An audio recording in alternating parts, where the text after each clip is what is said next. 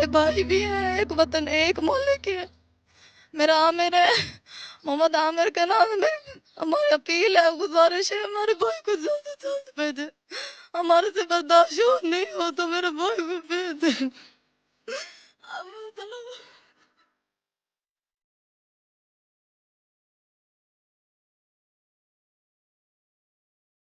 मेरे भाई चाचू और कज़न मामू वगैरह ये उधर प्रदेश रोजी रोटी के लिए गए हुए थे।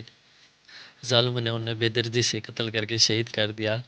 सबसे पहले उन्हें बांध के मारा, मार के फिर उन्हें गोलियां मारी। इतना बेदर्दी से मारा गया।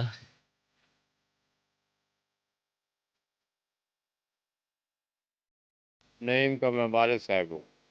नईम मेरा बेटा है, बड़ा प्यारा बेटा था, अच्छा बेटा था और मुझे बहुत सदमा है। मैं इतनी चाह रखता था कि मेरा बेटा जो है खैरियत से घर लौट कर आ जाए, उसकी शादी करनी थी मैंने।